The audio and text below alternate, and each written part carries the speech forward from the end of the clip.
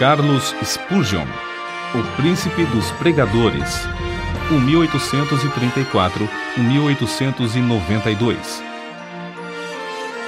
No período da Inquisição, na Espanha, sob o reinado do imperador Carlos V, milhares de crentes foram queimados em praça pública ou enterrados vivos. O filho de Carlos V, Filipe II, em 1567, levou a perseguição aos Países Baixos, declarando que, ainda que lhe custasse 1000 vezes a sua própria vida, limparia todo o seu domínio do protestantismo. Antes da sua morte, gabava-se de ter mandado ao carrasco pelo menos 18.000 hereges. Ao começar esse reinado de terror nos Países Baixos, muitos milhares de crentes fugiram para a Inglaterra. Entre os que escaparam do concílio de sangue, encontrava-se a família Spurgeon. Na Inglaterra, contudo, o povo de Deus não estava completamente livre da perseguição, passando a maior parte do tempo sentado, por se achar fraco demais para se deitar. Os bisavós de Carlos eram crentes fervorosos e criaram os filhos na admoestação do Senhor. Seu avô paterno, depois de quase 50 anos de pastorado no mesmo lugar, podia dizer: "Não passei nem uma hora triste com a minha igreja depois que assumi o cargo de pastor." O pai de Carlos, Tiago Spurgeon, era o amado pastor de Stambourne. Carlos, quando ainda criança, interessava-se pela leitura de O Peregrino, pela história dos mártires e por diversas obras de teologia. É impossível calcular a influência dessas obras sobre a sua vida. O que era precoce nas coisas espirituais vê-se no acontecimento que passamos a relatar. Com apenas 5 anos de idade, Carlos percebeu profundamente o cuidado do avô com relação ao procedimento de um dos membros da igreja, mais conhecido como Velho Rhodes.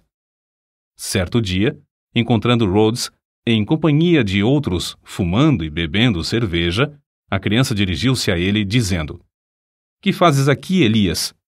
O velho Rhodes, arrependido, contou então ao seu pastor como a princípio se irou com o pequeno Carlos, mas por fim sentiu-se quebrantado. Desde aquele dia, o velho Rhodes andou sempre perto do Salvador. Quando ainda em tenra idade, Carlos foi por Deus convencido do pecado. Durante alguns anos, sentia-se uma criatura sem esperança e sem conforto. Visitava locais de culto uns após outros, sem, no entanto, conseguir saber como podia livrar-se do pecado.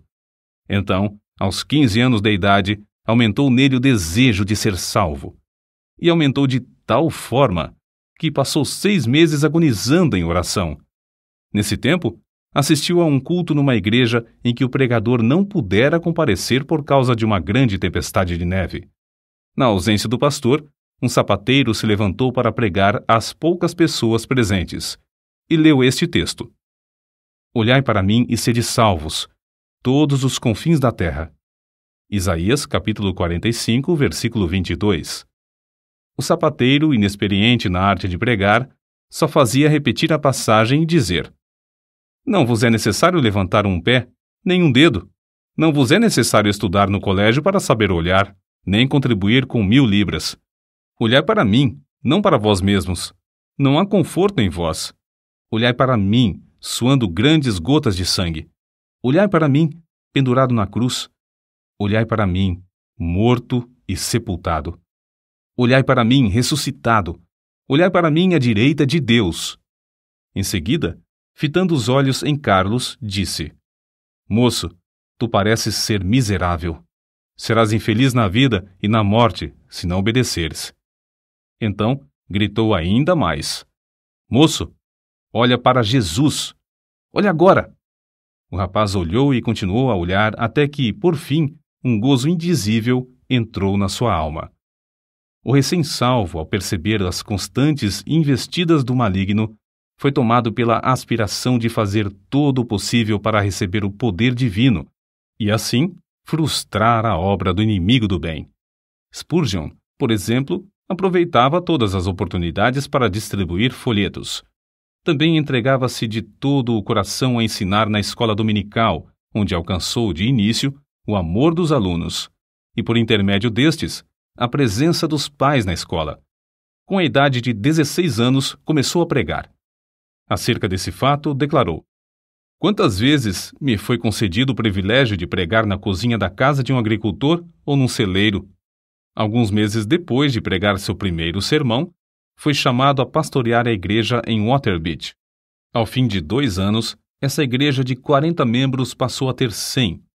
Como o jovem pregador tinha o desejo de aperfeiçoar-se, o diretor de uma escola superior, de visita à cidade na ocasião, marcou 1 hora para tratar com ele acerca desse assunto.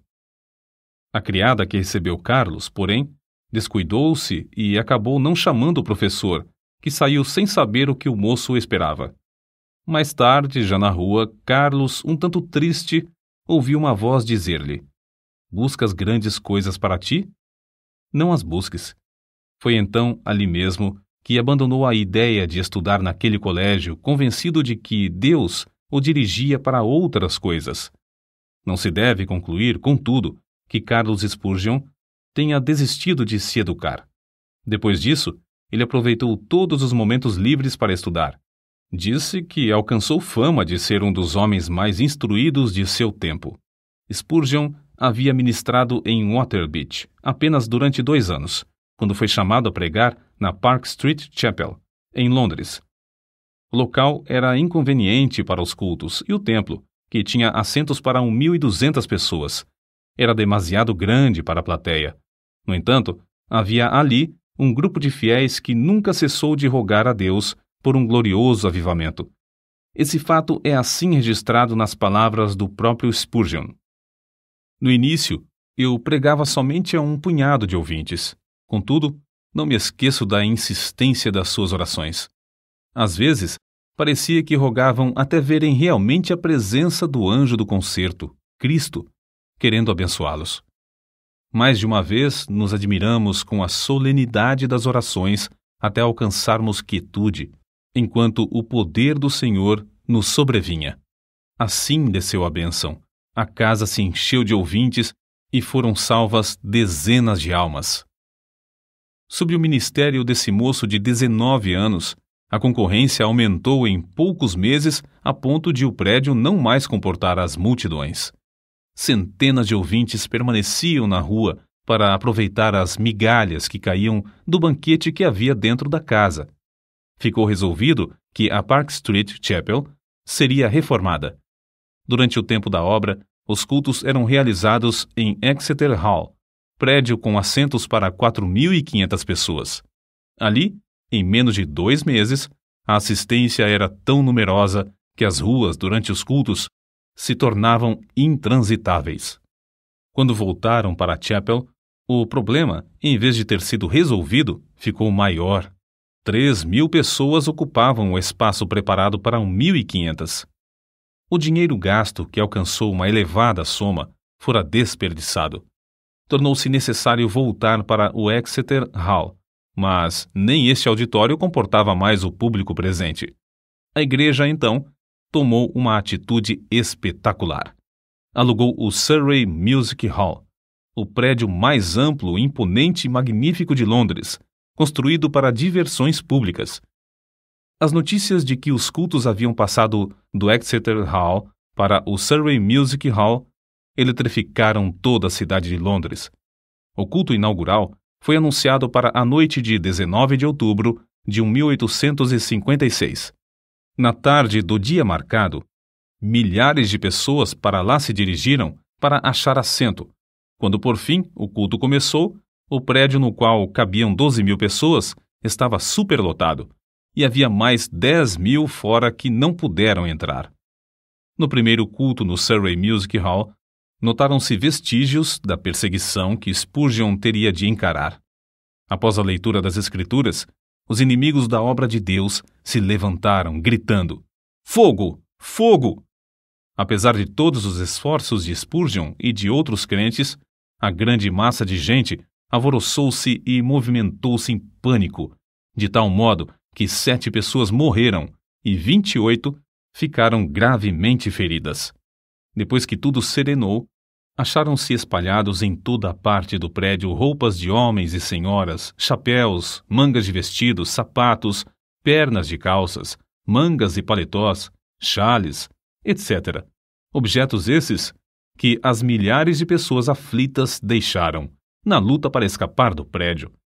Spurgeon comportou-se com a maior calma durante todo o tempo da indescritível catástrofe, mas depois passou dias prostrado, sofrendo em consequência do tremendo choque.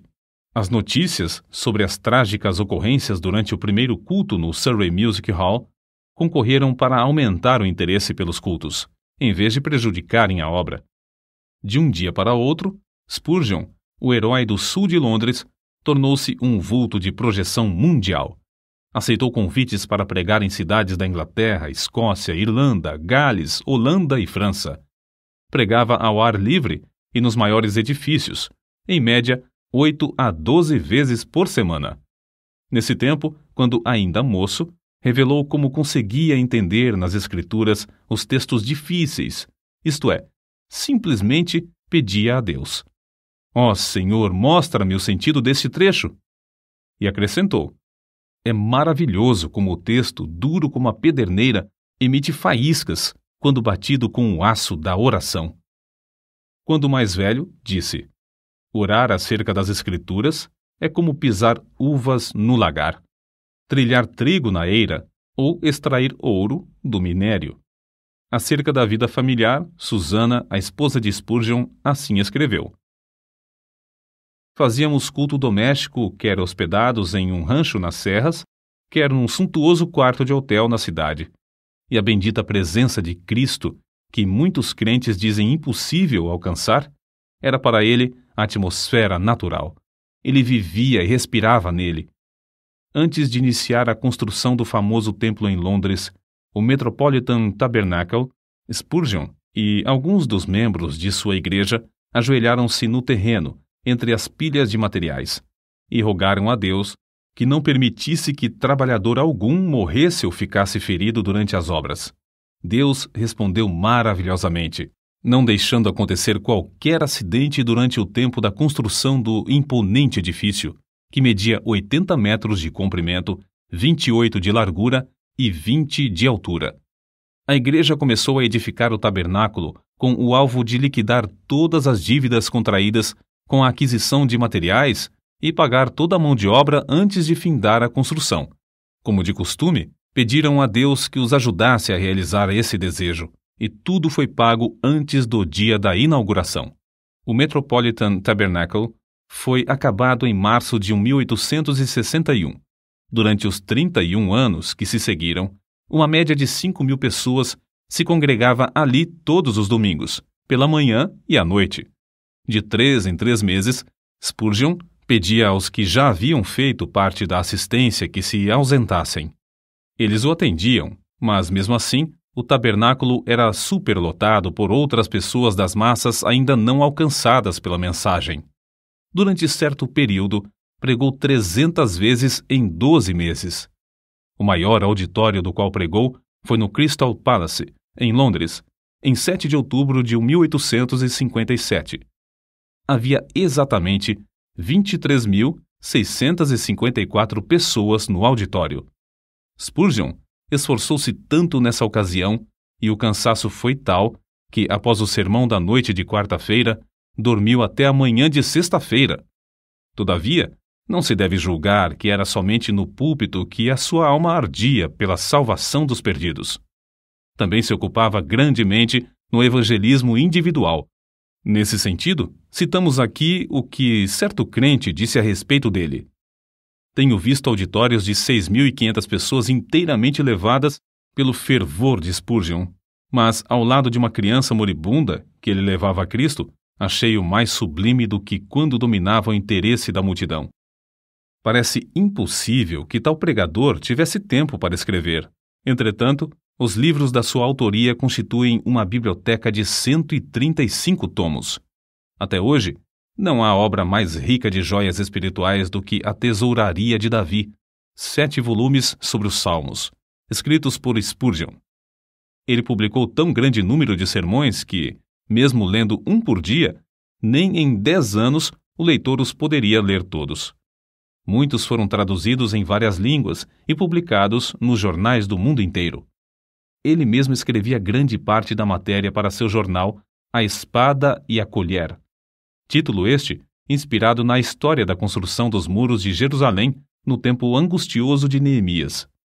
Além de pregar constantemente a grandes auditórios e de escrever tantos livros, esforçou-se em vários outros ramos de atividades. Inspirado pelo exemplo de George Mueller, fundou e dirigiu o orfanato de Stockwell. Pediam a Deus e recebiam o necessário para levantar prédio após prédio e alimentar centenas de crianças desamparadas. Reconhecendo a necessidade de instruir os jovens chamados por Deus a proclamar o Evangelho e, assim, alcançar muito maior número de perdidos, fundou e dirigiu o Colégio dos Pastores. Esse trabalho foi marcado pela mesma fé em Deus demonstrada na obra de cuidar dos órfãos. Impressionado com a vasta circulação de literatura viciosa, formou uma junta de vendagem de livros evangélicos. Dezenas de vendedores foram sustentados e milhares de discursos feitos, além de muitas toneladas de escrituras e outros livros terem sido vendidos de casa em casa. Acerca de tão estupendo êxito na vida de Spurgeon, convém notar o seguinte: nenhum dos seus antepassados alcançou fama. Sua voz podia pregar às maiores multidões, mas outros pregadores sem fama gozavam também da mesma voz. O príncipe dos pregadores era, antes de tudo, o príncipe de joelhos. Como Saulo de Tarso, também entrou no reino de Deus agonizando de joelhos. No caso de Spurgeon, essa angústia durou 6 meses. Depois, assim aconteceu com Saulo. A oração fervorosa virou um hábito na sua vida. Aqueles que assistiam aos cultos no grande Metropolitan Tabernacle diziam que as orações eram a parte mais sublime dos cultos. Quando alguém perguntava a Spurgeon a explicação do poder na sua pregação, o príncipe de joelhos apontava para a loja que ficava sob o salão do Metropolitan Tabernacle e dizia: na sala que está embaixo, há 300 crentes que sabem orar. Todas as vezes que prego, eles se reúnem ali para sustentar minhas mãos, orando e suplicando ininterruptamente. Na sala que está sob os nossos pés é que se encontra a explicação do ministério dessas bênçãos. Spurgeon costumava dirigir-se aos alunos no colégio dos pastores desta forma: permanecei na presença de Deus. Se o vosso fervor esfriar, não podereis orar bem no púlpito. Pior com a família, e ainda pior nos estudos, sozinhos. Se a alma se tornar magra, os ouvintes, sem saberem como ou porquê, acharão que vossas orações públicas têm pouco sabor. Ainda sobre a oração, sua esposa deu este testemunho: ele dava muita importância à meia hora de oração que passava com Deus antes de começar o culto. Certo crente também escreveu a esse respeito: sente-se durante a sua oração pública que ele é um homem de bastante força para levar nas mãos ungidas as orações de uma multidão. Isto é a ideia mais grandiosa de sacerdote entre Deus e os homens. Convicto do grande poder da oração, Spurgeon designou o mês de fevereiro de cada ano no grande tabernáculo para realizar a convenção anual e fazer súplicas por um avivamento na obra de Deus. Nessas ocasiões, passavam dias inteiros em jejum e oração que se tornava mais e mais fervorosa. Não só sentiam a gloriosa presença do Espírito Santo nesses cultos, mas era-lhes aumentado o poder com frutos abundantes. Na sua autobiografia consta que, desde o começo do seu ministério em Londres, pessoas gravemente enfermas foram curadas em resposta às suas orações. A vida de Spurgeon não era vida egoísta e de interesse próprio. Juntamente com sua esposa, fez os maiores sacrifícios para colocar livros espirituais nas mãos de um grande número de pregadores pobres, e ambos contribuíam constantemente para o sustento das viúvas e órfãos. Recebiam grandes somas de dinheiro, mas davam tudo para o progresso da obra de Deus. Não buscava fama, nem a honra de fundador de outra denominação, como muitos amigos esperavam. A sua pregação nunca foi feita para sua própria glória, porém, tinha como alvo levar os ouvintes a Deus através da mensagem da cruz. Considerava seus sermões como se fossem setas e dava todo o seu coração empregava toda a sua força espiritual em produzir cada um deles. Pregava confiando no poder do Espírito Santo, empregando o que Deus lhe concedera para, abre aspas, matar, fecha aspas, o maior número de ouvintes. Carlos Haddon Spurgeon recebia o fogo do céu estudando a Bíblia, horas a fio, em comunhão com Deus. Cristo era o segredo do seu poder. Cristo era o centro de tudo para ele. Sempre e unicamente Cristo. J. P. Freud disse: quando Spurgeon orava, parecia que Jesus estava em pé ao seu lado. As suas últimas palavras no leito de morte, dirigidas à sua esposa, foram: ó querida, tenho desfrutado um tempo muito glorioso com meu Senhor. Ela, ao ver, por fim, que seu marido passaria para o outro lado, caiu de joelhos e, com lágrimas, exclamou: ó bendito Senhor Jesus! Eu te agradeço o tesouro que me emprestaste no decurso destes anos. Agora, Senhor, dá-me força e direção durante todo o futuro. 6.000 pessoas assistiram ao culto do funeral. No caixão estava uma Bíblia aberta na passagem usada por Deus para convertê-lo. Olhai para mim e sede salvos, todos os confins da terra. O cortejo fúnebre passou entre centenas de milhares de pessoas postadas em pé nas calçadas. Os homens descobriam-se à passagem do cortejo e as mulheres choravam. O túmulo simples do célebre príncipe dos pregadores no cemitério de Norwood testifica a verdadeira grandeza da sua vida. Ali estão gravadas estas humildes palavras: aqui jaz o corpo de Carlos Haddon Spurgeon, esperando o aparecimento do seu Senhor e Salvador, Jesus Cristo.